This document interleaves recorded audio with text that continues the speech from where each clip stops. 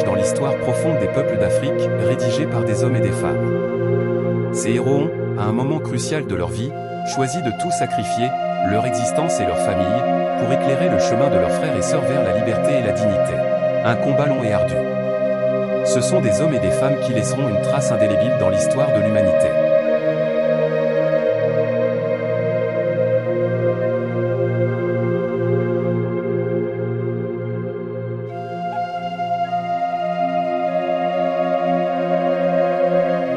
Mariam Abba, le combat d'une militante, épisode 2.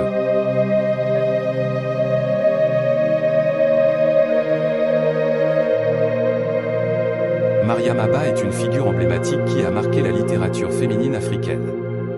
Sa vie incarne le combat d'une militante pour les droits des femmes, passionnée et réfléchie. Elle s'est battue pour vivre selon ses principes et pour offrir la meilleure éducation possible à ses enfants. Vivant dans une société sénégalaise profondément ancrée dans ses valeurs, mais également confrontée à des changements sociaux, elle a su naviguer entre tradition et modernité.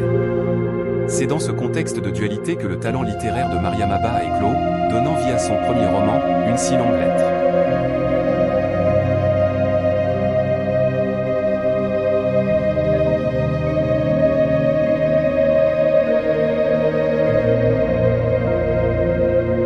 Une si longue lettre est le premier roman de Mariam Abba, publié en 1979. Avec une écriture poétique et élégante, Mariam Abba dépeint l'univers des familles où la polygamie est pratiquée.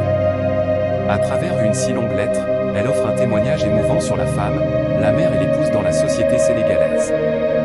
Face aux critiques qui l'accusaient de féminisme, elle rétorqua « Si être féministe c'est révéler les défauts d'une société, alors oui, je le suis ».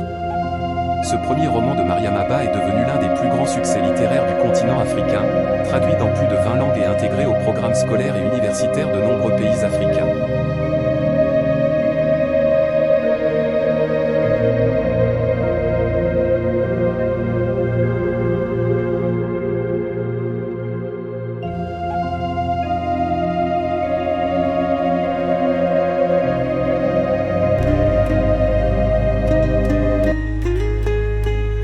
En 1980, un an après sa publication, ce roman a remporté le prix Noma à Francfort. Lors de la cérémonie de remise du prix, elle a prononcé un discours mémorable. Les injustices persistent, les ségrégations continuent malgré les beaux discours et toutes les intentions louables. Dans la famille, dans les institutions, dans la rue, sur les lieux de travail, dans les assemblées politiques, les discriminations foisonnent. Comment ne pas prendre conscience de cet état de choses agressif? C'est à nous, femmes, de prendre notre destin en main pour bouleverser l'ordre établi à notre détriment et ne point le subir, a déclaré Mariam Abba.